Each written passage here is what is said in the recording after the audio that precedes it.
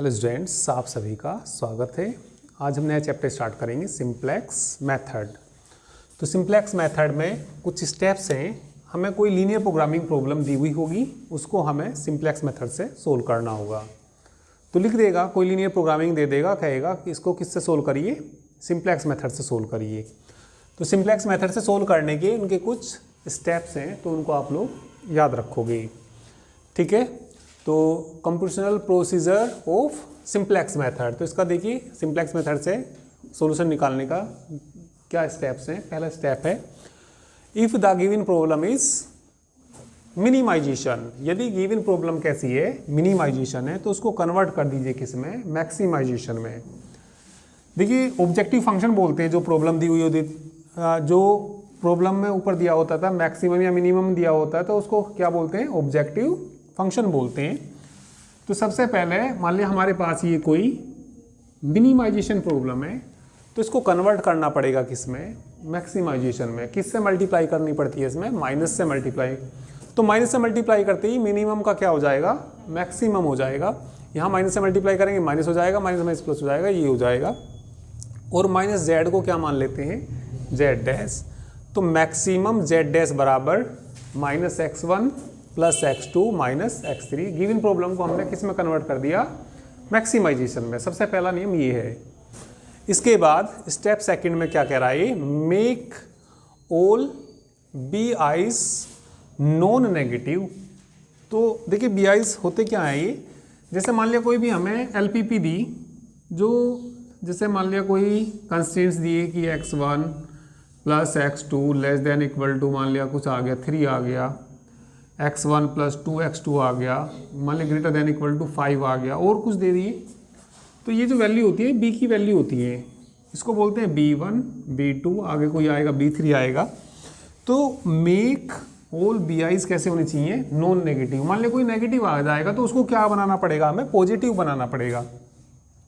Make all B eyes non negative होनी चाहिए। जैसे अभी बताना, ये नॉन नेगेटिव है क्या, b का मान नॉन नेगेटिव नहीं है, तो इसको नॉन नेगेटिव बनाना पड़ेगा। बताइए कैसे बनाएंगे, माइनस से मल्टीप्लाई कर देंगे इसमें। तो माइनस से मल्टीप्लाई करेंगे तो कितना आ जाएगा, 7x1 आ जाएगा, माइनस कितना 2x2 minus x3 less than equal to का क्या हो जाएगा, ग्रेटर देन इक्वल टू हो जाएगा। माइनस से मल्टीप्लाई करते हैं तो लेस देन इक्वल टू का ग्रेटर देन इक्वल टू हो जाता है। तो ये कैसा बन गया, नॉन नेगेटिव। इसके बाद स्टेप थर्ड आएगा, convert the inequalities of constraints. ये कोई इनइक्वेशंस दी होंगी, कंस्ट्रेंट्स दिए होंगे, उनको हमें किस में कन्वर्ट करना, इक्वेशंस में कन्वर्ट करना। तो कन्वर्ट करने के लिए उसमें हम इंट्रोड्यूस कराते हैं अपने पास से। मैंने जैसे कि आपको पहले भी बताया होगा, यदि कहीं लेस देन का साइन है तो इसे बराबर बनाने के लिए कुछ जोड़ना पड़ेगा। तो जो भी जोड़ते हैं उसको हम बोलते हैं स्लैक वेरिएबल। अभी ग्रेटर देन है तो इधर वाला बड़ा है, इधर वाला बड़ा है, तो इसमें से कुछ घटाना पड़ेगा। तो जिसको घटाते हैं उसको क्या बोलते हैं, सरप्लस वेरिएबल। जिसको जोड़ते हैं उसको क्या बोलते हैं, स्लैक वेरिएबल। ठीक है, तो इसके बाद हम क्या करते हैं, जो इनइक्वलिटीज दे रखी उनको कन्वर्ट करते हैं किस में, इक्वेशंस में कन्वर्ट करते हैं। ठीक है, तो convert inequalities of constraints into equations by introducing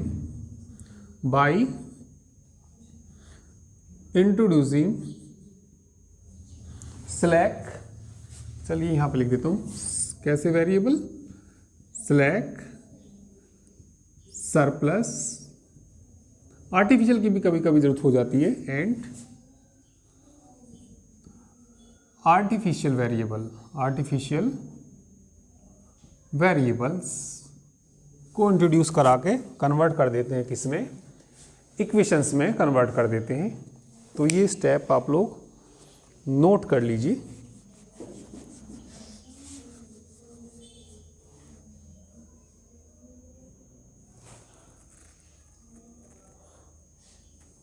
चलिए नेक्स्ट स्टेप देखिए। इसके बाद चलिए आगे की स्टेप देखिए, स्टेप नंबर 4।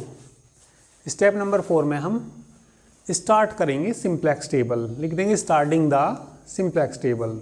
अब सिंप्लेक्स टेबल क्या होती है, ये होता है बेसिक वेरिएबल, शॉर्टकट में बी भी लिख देते हैं, और ये होता है सी बी, CB का मतलब होता है कॉस्ट ऑफ बेसिक वेरिएबल। अभी करेंगे पता लगता रहेगा सब। ठीक है, यहाँ पे ये y1 y2 y3 y4 की वैल्यू आ जाती है। यहाँ पे इनके कॉन्स्टेंट लिख देते हैं, xb के मान रख देते हैं, वो राइट हैंड साइड में होते हैं। ठीक है, यहाँ पे बेसिक वेरिएबल लिख देते हैं, यहाँ पे इनकी कॉस्ट लिख देते हैं। अभी क्वेश्चन में करेंगे पता लग जाएगा जब मैं सारे को उसको भरूंगा। ठीक है, तो ये हमारी क्या होती है, सिंप्लेक्स टेबल। यहाँ मिनिमम रेशो होता है। मिनिमम रेशो क्या होता है, XB बटे इनकमिंग वेक्टर। इनकमिंग वेक्टर यहाँ से मिलेगा, यहाँ से क्या मिलेगा, जैसे यहाँ डेल्टा जे के मान निकालेंगे। मान लिया सपोज हमने 1 5 3 -1 निकाला, तो इनकमिंग वेक्टर यहाँ से मिलता है जो सबसे बड़ी वैल्यू होती है। ठीक है, अभी करेंगे क्वेश्चन में पता लगेगा, वो इनकमिंग वेक्टर यहाँ से निकलेगा। इसके बाद test the initial basic feasible solution for optimality. फिर हम टेस्ट करते हैं जो सॉल्यूशन है उसका वो ऑप्टिमल है या नहीं है। तो उसके लिए देखिए डेल्टा जे निकालते हैं। डेल्टा जे का फॉर्मूला होता है CJ minus CB YJ। Optimality test देखिए कैसे टेस्ट करते हैं इसको। यदि डेल्टा जे के मान किससे छोटे हैं, सारे 0 से छोटे हैं, जैसे हमने यहाँ निकाल ले, सारे नेगेटिव आ जाए, मान लिया सारे नेगेटिव आ जाएं तो किससे छोटे हो जाएंगे, वो 0 से छोटे हो जाएंगे। ठीक है, तो उस कंडीशन में जो सॉल्यूशन होता है उसका वो ऑप्टिमल सॉल्यूशन होता है। ऑप्टिमल का मतलब होता है सर्वोत्तम सॉल्यूशन, सबसे अच्छा सॉल्यूशन। और यदि डेल्टा जे का मान बड़ा आ जाए किससे, 0 से, for any J, then the solution under test is not optimal. यदि ये 0 से बड़ा है तो उसका सॉल्यूशन जो है वो ऑप्टिमल नहीं होगा। If corresponding to maximum positive delta J all elements of the column in yj। ठीक है, तो जो yj में एलिमेंट्स है वो सारे yj मतलब यहाँ से भैया, तो yj का j का मतलब 1 हो सकता है, 1 होगा तो y1 हो जाएगा, j का मान 2 हो जाएगा तो y2 y3। यदि yj की वैल्यू कैसी हो जाए, नेगेटिव हो जाए सारी, या क्या हो जाए 0, वो यहाँ से पता लगेगी। जैसे yj का मतलब 0 0 हो जाएं या सारी कैसी हो जाएं, नेगेटिव हो जाएं, उस कंडीशन में जो सॉल्यूशन होगा उसका कैसा होगा, अनबाउंडेड सॉल्यूशन होगा। ठीक है, और चौथा पॉइंट ये दे रखा, if optimality condition is satisfied but the value of at least one artificial variable present in the basis. देखिए ये कंडीशन तो सेटिस्फाई कर जाए। ठीक है, ऑप्टिमलिटी की कंडीशन। ऑप्टिमलिटी की कंडीशन का क्या मतलब है, ये लेस देन तो आ जाए 0 से, परंतु इसमें एक आर्टिफिशियल वेरिएबल इसी में ही विद्यमान हो, कम से कम एक, तो उस कंडीशन में जो उसका सॉल्यूशन होता है वो क्या कहलाता है, नो फिजिबल सॉल्यूशन। क्वेश्चन करेंगे, अभी क्वेश्चन में समझ में आएगा ये सारा। ठीक है, और क्वेश्चन से भी कई क्वेश्चन से समझ में आएगा। ठीक है, और इनकमिंग वेक्टर, आउटगोइंग वेक्टर, और भी थोड़े से स्टेप हैं, वो चलो मैं उसमें ही बताऊंगा, एग्जाम्पल में बताऊंगा। चलिए तुम इसे नोट कर लो, और आगे के भी कुछ स्टेप्स हैं वैसे तो इसमें, वो आप लोग एग्जाम्पल में समझिए। चलिए एक एग्जाम्पल करते हैं, एग्जाम्पल नंबर फर्स्ट करते हैं। चलिए एग्जाम्पल नंबर फर्स्ट देखिए, हमें कोई लीनियर प्रोग्रामिंग प्रॉब्लम दे रखी, मैक्सिमम z बराबर ये दे रखा, और सब्जेक्ट टू कंडीशन ये दे रखी, इसको हमें सोल्व करना। ठीक है, सिंप्लेक्स मेथड से इस लीनियर प्रोग्रामिंग प्रॉब्लम को सोल्व करना। वैसे तो हम इस प्रॉब्लम को पहले भी सोल्व करके आए, वो ग्राफिकल मेथड से हम इसको सोल्व करके आए, परंतु यहाँ किससे सोल्व करना हमें इसको, सिंप्लेक्स मेथड से। तो लिख के दे देगा वो, ये गिवन प्रॉब्लम है, इसको सोल्व करिए किससे, सिंप्लेक्स मेथड से। तो सिंप्लेक्स मेथड से सोल्व करने के लिए आपको इनके स्टेप्स मालूम होने चाहिए। सबसे पहला स्टेप्स क्या था इसमें हमारा, जो गिवन प्रॉब्लम है वो कैसी होनी चाहिए, मैक्सिमाइजेशन होनी चाहिए। सेकंड स्टेप ये था, सारे BI कैसे होने चाहिए, नॉन नेगेटिव होने चाहिए।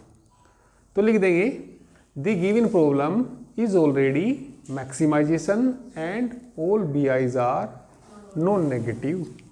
तो लिख देंगे इसमें, क्या लिख देंगे भैया, the given problem is already maximisation and all BIs are non negative,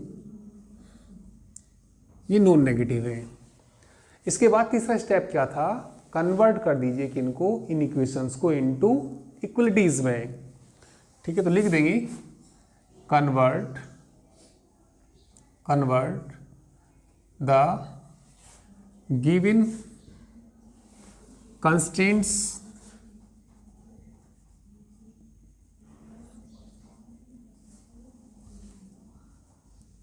into equations. किस में कन्वर्ट कर दीजिए, गिवन कंस्ट्रेंट को इनटू इक्वेशंस में, बाय इंट्रोड्यूसिंग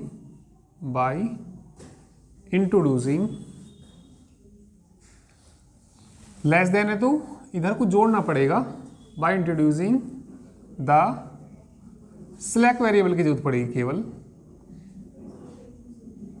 स्लैक वेरिएबल।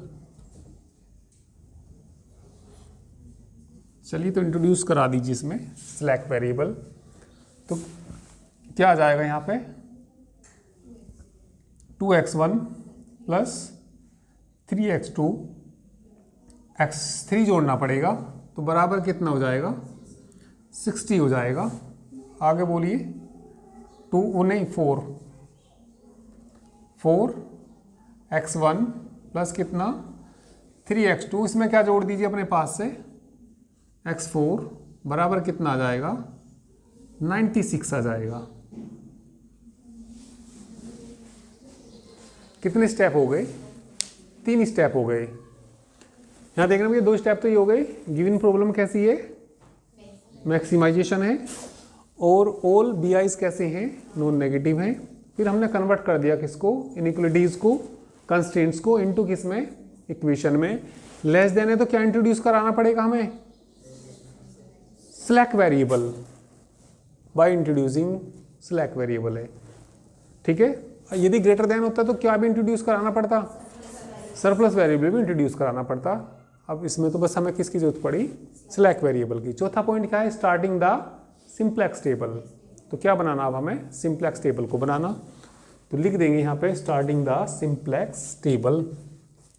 चलिए ऊपर ही बनाऊंगा, अभी इतना कर लीजिए, यहाँ से स्टार्ट करेंगे, इससे ऊपर आगे। अब ये देखिए, जो हमारे पास ये ऑब्जेक्टिव फंक्शन है, जो अपने पास से ये जोड़ते हैं हम उसमें, तो ऑब्जेक्टिव फंक्शन देखिए क्या बन जाएगा इसमें। वैसे जो भी जोड़ेंगे उनकी कॉस्ट उसमें 0 लेते हैं। ठीक है, तो यहाँ पे जो ये बन जाएगा, मैक्सिमम z बन जाएगा, मैक्सिमम z बराबर कितना आ जाएगा, ये 40x1 plus 35x2 plus 0x3 जोड़ते हैं। इनकी जो कॉस्ट अपने पास से लेते हैं वो 0 लेते हैं, x4। ये हमारा ऑब्जेक्टिव फंक्शन बन जाएगा। इसके बाद क्या करेंगे हम, स्टार्टिंग द सिंप्लेक्स टेबल। इसके बाद में सिंप्लेक्स टेबल स्टार्ट करते हैं। तो कर लीजिए, सिंप्लेक्स टेबल स्टार्ट करते हैं अब। तो चलिए स्टार्ट करते हैं सिंप्लेक्स टेबल। सिंप्लेक्स टेबल में पहले बेसिक वेरिएबल होता है, यहाँ पे CB, XB, Y1, Y2, Y3 इसके अकॉर्डिंग लेते हैं। भाई कहाँ तक जा रहा है, 4 तक जा रहा, 4 तक जा रहा, तो Y कहाँ तक जाएगा, ये 4 तक जाएगा। अब इसके बाद ठीक है, देखिए CJ क्या लेते हैं, जो ऑब्जेक्टिव फंक्शन दिया होता है। जरा ऑब्जेक्टिव फंक्शन को देखना क्या था, मैक्सिमम Z क्या था, एक बार बताना कितना, हाँ 35x2 प्लस 0, वो तो 0 थे ये ना। तो चलिए ये तो आ गया, 40 आ जाएगा। यहाँ पे कितना 35, और ये कितना 0, और ये भी कितना 0। जो इनके कोफिशिएंट्स हैं, इनके गुणांक हैं, वो इसमें लिखते हैं। जैसे x1 का गुणांक 2 है ना, तो यहाँ पे 2 आएगा, कितना आएगा 3, 1 आएगा, x4 तो है ही नहीं इसमें, 0 आएगा। बोलिए कितना 4, 3, 0, 1।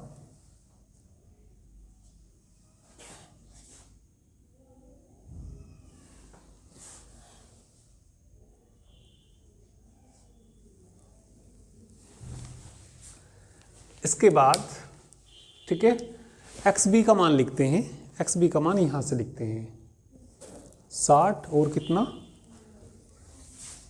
ठीक है 60 और ये आ जाएगा कितना 96। अब लिखते हैं बेसिक वेरिएबल। अब ये बेसिक वेरिएबल क्या होते हैं, जो आइडेंटिटी मैट्रिक्स बनाते हैं, जैसे ये बना रहे आइडेंटिटी मैट्रिक्स, भाई ये तो बना रहे y3 और y4 बना रहे, तो यहाँ पे क्या आ जाएगा y3 और ये क्या आ जाएगा y4। मतलब उसका कॉलम देखते हैं, भाई जैसे मान लिया यहाँ पे होता है 0 1, तो पहले 1 कहाँ पे आ रहा, तो जो आ रहा पहले उसे ही लिखते हैं। भाई ये तो आइडेंटिटी मैट्रिक्स बना रहे, तो ये y3 और y4 आ जाएंगे। CB का क्या मतलब है, cost of basic variable. Cost of basic variable की यहाँ मिलेगी इनके ऊपर, ये है इनकी कॉस्ट, CJ से डिनोट करते हैं। तो y3 की कॉस्ट कितनी 0, y4 की कॉस्ट कितनी 0। यहाँ पे क्या लिखते हैं डेल्टा J लिखते हैं। अब डेल्टा J का फॉर्मूला देखिए क्या होता है, डेल्टा J का फॉर्मूला क्या बताया था, CJ माइनस CB YJ। अभी मुझे ना यहाँ जो वैल्यू होती है डेल्टा 1 की वैल्यू होती है, मुझे डेल्टा 1 निकालना, तो डेल्टा 1 क्या आएगा, C1 में से क्या घटाना पड़ेगा मुझे, CB Y1। C1 का मान देखिए कहाँ से मिल जाएगा ये, ठीक है डेल्टा J का मान हमें निकालना। भाई जैसे ये CJ है, J का मान 1 रखूँगा तो C1, ये हमारा C1 होता है, ये C2 C3 C4, जैसे जैसे क्वेश्चन करते रहेंगे सब पता लग जाएगा तुम्हें। अभी थोड़ा लग रहा होगा पता नहीं C1 कौन है क्या है, ठीक है अब एक दो क्वेश्चन करने से सब समझ में आ जाएगा कि कौन क्या है। C1 कितना यहाँ पे 40, माइनस CB में किसकी गुना करनी YJ, तो ये हमारा CB और ये हमारा YJ का मतलब Y1, तो इन दोनों की गुना करनी, तो इसकी इसमें गुना करना, इसकी इसमें गुना करना, 0 × 2 फिर प्लस का चिन्ह आता है, इसकी इसमें गुना करना 0 × 4, तो ये किसके बराबर आएगा 40 के बराबर आएगा। फिर डेल्टा किसका मान निकालना, 2 का मान निकालना, तो डेल्टा 2 बोलिए क्या आएगा, C2 minus CB Y2, C2 का मान बताना, ठीक है 35 माइनस, फिर इनकी गुना करनी किसकी, CB और Y2, ये हमारा CB है और ये कौन है Y2, 0 × 3 प्लस 0 × 3, भाई Y2 में तो गुना करेंगे, ठीक है तो ये आएगा, तो सोल्व करके कितना आ जाएगा 35 ही आएगा। अब किसका मान निकाल लेंगे, डेल्टा 3 का मान निकाल लेंगे, कितना आएगा C3 माइनस CB Y3, घटा दो 0 में से इन दोनों की गुना करनी, 0 आएगा, 0 में से 0 ही आएगा, तो ये आ जाएगा। बात समझ में आई कि नहीं आई, ये फॉर्मूले भी लिखते रहना साइड में क्योंकि पता रहेगा कैसे कैसे निकला ये। अब इसके बाद इसमें देखते हैं सबसे बड़ी वैल्यू, सबसे बड़ी वैल्यू कौन है 40, तो ये होता है हमारा incoming vector ICV, incoming vector होता है।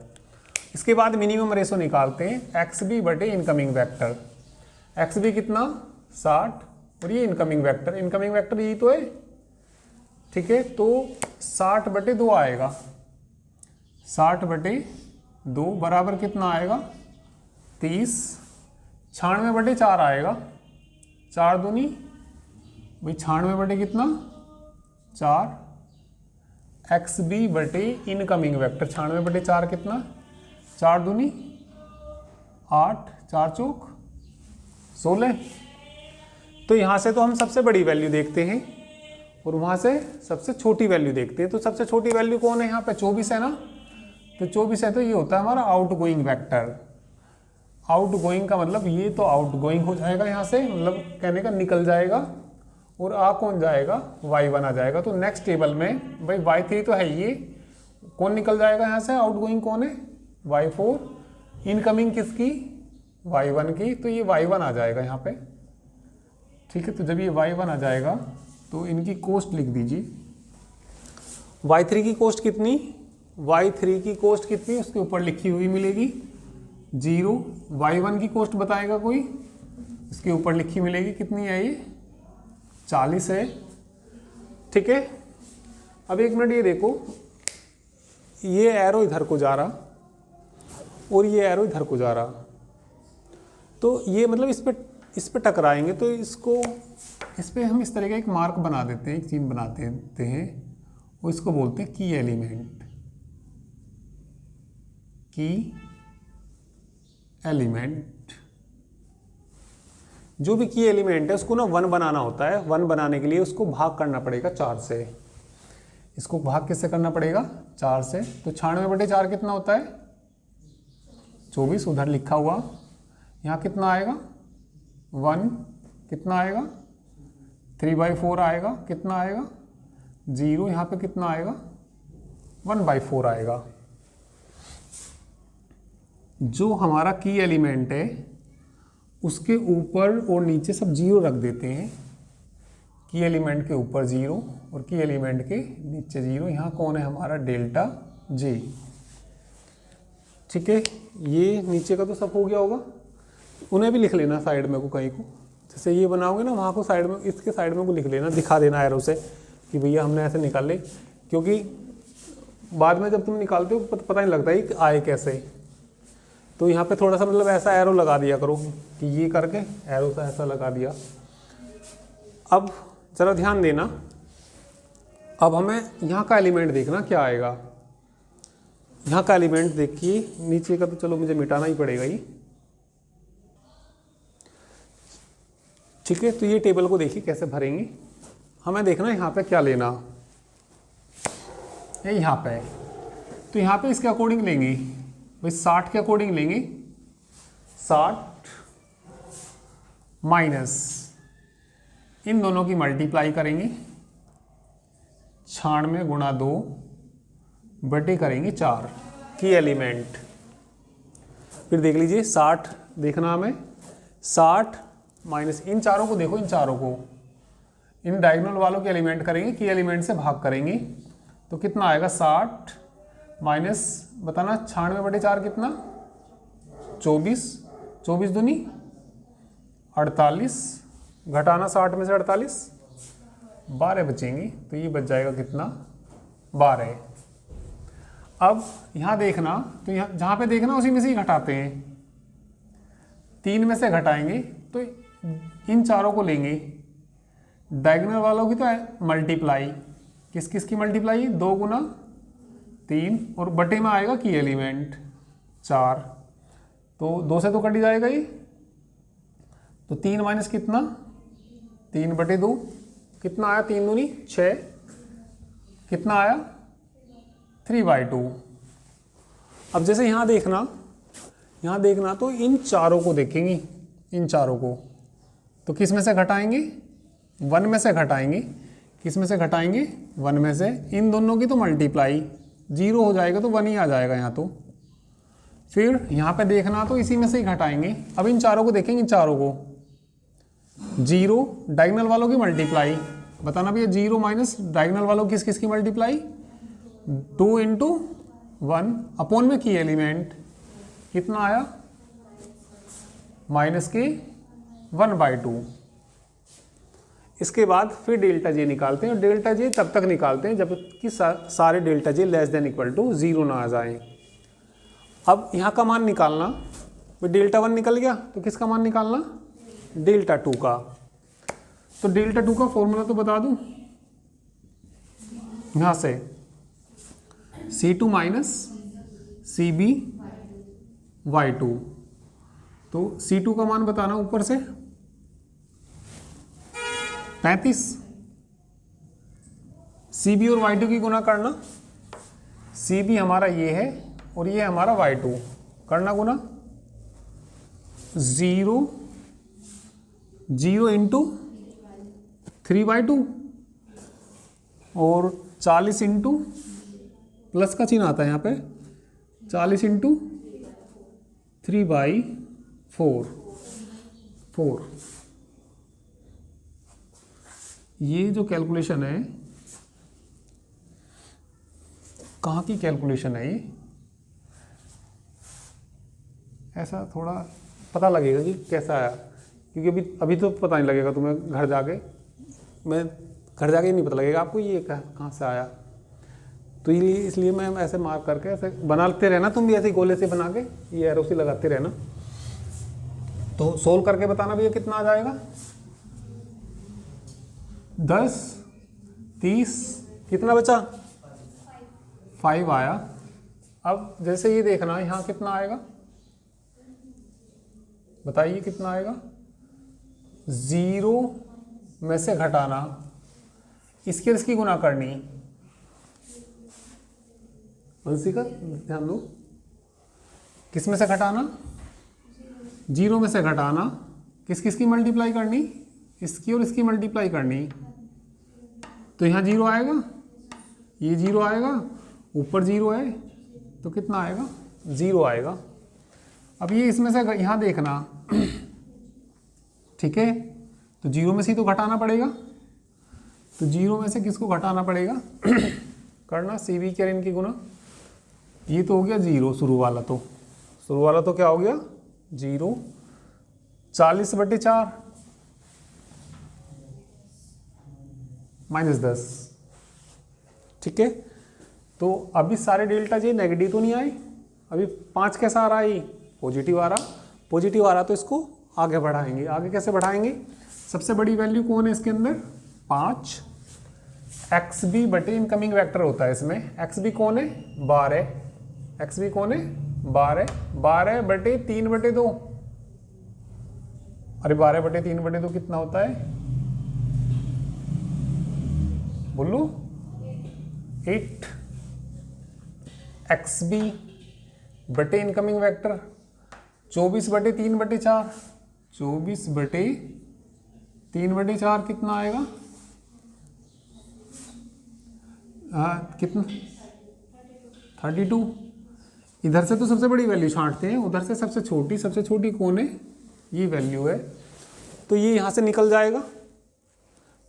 निकल जाएगा, आउट गोइंग हो जाएगा, और इनकमिंग कौन आएगा, y2, इसको हम इनकमिंग वेक्टर बोलते हैं। तो टेबल को थोड़ा सा मैं आगे और बढ़ा देता हूँ, इसको भी बना लीजिए इतना। ये कैलकुलेशन थोड़ा देख लेना, ये वाली जो कैलकुलेशन है, इसकी जो कैलकुलेशन है ये कहाँ जाएगी, 40 आया ना ये मान ये जाके आपको 40 पे जाके ये आ जाएगा, समझ गई। बाकी ऐसे ही दिखा देना इनको, कौन सी वैल्यू कैसा आई, बाकी तो और समझ ही जाओगे, पर इनको भी बनाते रहना साइड में भी, ठीक है। चलिए टेबल को थोड़ा आगे बढ़ा ही लीजिए इसको,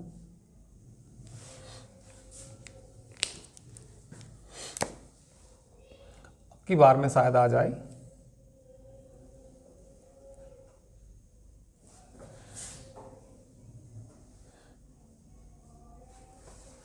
ठीक है, अब बताइए यहाँ पे, चलो देख लीजिए अब सब, यहाँ पे बाद में बना लेना, और देख लीजिए यहाँ पे ये तो आउटगोइंग हो गया ना, आउटगोइंग का मतलब ये यहाँ से निकल गया, पर निकल गया तो इनकमिंग कौन आया, y2 आया ना, और यहाँ पे कितना y1, ठीक है, तो ये आ गया y1।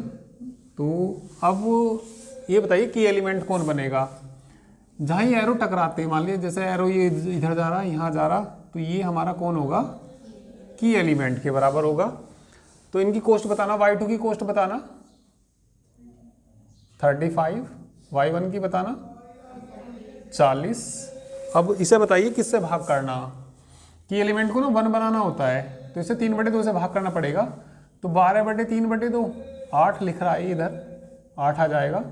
0 को किसी से भाग करेंगे, 0 ही, 3/2 को 3/2 से भाग करेंगे, 1 आएगा। यहाँ कितना आएगा, 2 बटे, भाई 1 बटे 3/2, 2 बटे 3 ही तो आएगा, और इसे भाग करना, 2 से 2 कट जाएगा तो कितना बचेगा, -1/3। जो भी की एलिमेंट है, की एलिमेंट के नीचे ऊपर कोई भी हो तो उसे 0 बना लेते हैं, तो ये नीचे तक तो क्या आ जाएंगे, 0 आ जाएंगे। यहाँ किसका मान लेते हैं, डेल्टा, ये तब तक बढ़ाते चलते हैं जब तक कि सारे डेल्टा जे कैसे ना जाए, लेस देन इक्वल टू 0 ना आ जाए। तो अब ज़रा मुझे आप लोग यहाँ पे बताइए क्या आना चाहिए।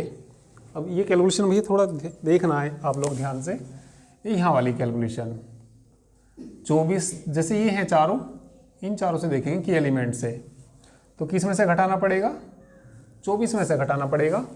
जैसे ये चारों ले रहे, डायगोनल वालों की तो गुना करते हैं, 12 गुना कितना 3/4, की एलिमेंट वाले से भाग कर देते हैं 3/2। तो ये मैं ऐसे गोल सा करके ऐसे यहाँ ये एरो लगाऊंगा। तो बताना जरा भाई, 24 माइनस 3 से 3 कट गया, 6 आएगा क्या, 18 आएगा क्या, 18 आ जाएगा। अब जैसे यहाँ देखना तो इन चारों को देखो, 1 में से घटाना, इन दोनों की गुना करनी, 0/, ये तो 1 का 1 ही आ जाएगा यहाँ तो। अब ये देखना यहाँ पे, इन चारों को देखना, 0 में से तो घटाना, मतलब जहाँ पे लिखना ना उसमें से तो घटाना, इनकी गुना करनी 3/4, बटे में की एलिमेंट लेना 3/2, कितना आ गया माइनस के 1/2। अब जैसे यहाँ पे देखना 1/4 में से तो क्या करना, घटाना, ठीक है, इनकी मल्टीप्लाई करनी, माइनस माइनस चलो प्लस हो गया, 1/2 गुना 3/4 बटे कितना 3/2, कट गया 3 कट गया, 1/4 है 1/4, 1/4 है 1/4, 1/2, चौथाई और चौथाई आधा। अब जरा यहाँ पे ध्यान दे लीजिए, तो ये 40 में से घटाना, किस में से घटाना 40 में से, और इनकी गुना करनी, तो 35 0 ही हो जाएगा, 40 माइनस 40 हो जाएगा, 40 माइनस 40 कितना आएगा 0 आएगा। 0 में से घटाना, अब 0 में से घटाना, इन दोनों की गुना करनी, ठीक है, तो 0 में से घटाना, इन दोनों की गुना करनी, कहाँ चले गए सी वी और ये रे, 35, ठीक है, ये वाली वैल्यू, ये वाली वैल्यू बताना कितनी, 35 इंटू 2/3 माइनस ही आएगा, 40/2 कितना 20, देखना कितना आ रहा, एलसीएम कितना आ जाएगा 3, 35 दूनी 70, 30 दूनी 60, माइनस के कितना आएगा 10/3 आएगा, माइनस के कितना आएगा 10/3। यहाँ की और देख लो, नेगेटिव हो जाएगी तो यही काम खत्म हो जाएगा, नहीं आएगी तो टेबल बनानी पड़ेगी, पर संभावना ही खत्म होने की है वैसे तो। चलो 0 माइनस, कहाँ को लिखूँ, यहाँ को लेते हैं, चलिए 0 माइनस इस किसकी गुना करेंगे, माइनस के 35/3 आएगा, और प्लस का कितना 40/2 कितना होता है 20 होता है, 20 दिया 60, 60 में से 35 घटाना 25, प्लस के और बाहर माइनस है, माइनस के कितना आ गया 25/3 आ गया, ठीक है। तो चलिए 25/3 आ गया, तो अब ये सारे लेस देन इक्वल टू 0 आ गई, चलो इतना कर लीजिए, ठीक है। तो लिख देंगे अब आगे, सिंस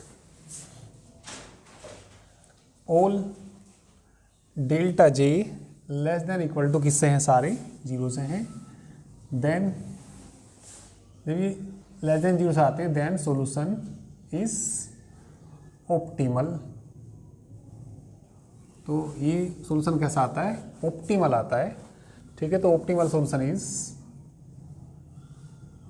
ऑप्टिमल सॉल्यूशन इज, देखिए x1 का मान ना यहाँ से मिलता है, एक छोड़ के ही, x1 बराबर 18 आएगा, x1 बराबर कितना आएगा 18, ये यहाँ से मिलता है x2 का मान, एक छोड़ के मतलब कितना आएगा 8, और ऑब्जेक्टिव फंक्शन देखना क्या था, मैक्सिमम जेड बराबर 40x1 दिखा था ना, और प्लस कितना था 35x2, 40 गुना 18, x1 का मान 18 और प्लस 35 गुना 8, गुना कर दीजिए इनकी, 720 आएंगे क्या, और प्लस इसकी करना 8 पंजे 40, 4 8 तिया 24, 24 से 4 28, जोड़ना जरा इनको, कितना आ जाएगा 1000 आ जाएगा क्या, ठीक है, जोड़ के किसके बराबर आ जाएगा 1000 के। भाई वैसे तो हम इनको किन से भी सोल्व करते थे, ठीक है, ग्राफिकल मेथड से सोल्व करते थे, पर ये मेथड ना 3 वेरिएबल के भी सोल्व कर देता है। वहाँ ग्राफिकल भाई मान लिया x1 x2 x3 आ जाए, ये 4 भी आ जाए, तो इस मेथड का ये फायदा होता है, इसमें कितने वेरिएबल हो। ग्राफिकल मेथड क्या करता था, केवल 2 वेरिएबल के सोल्व करता था, और ये कितने भी वेरिएबल्स आ जाएं तो उनको सबको सोल्व कर देता है। तो ये x1 x2 के मान आ गए और मैक्सिमम वैल्यू आ गई, ठीक है, तो कर लीजिए, बाकी चलिए नेक्स्ट टाइम पे करेंगे।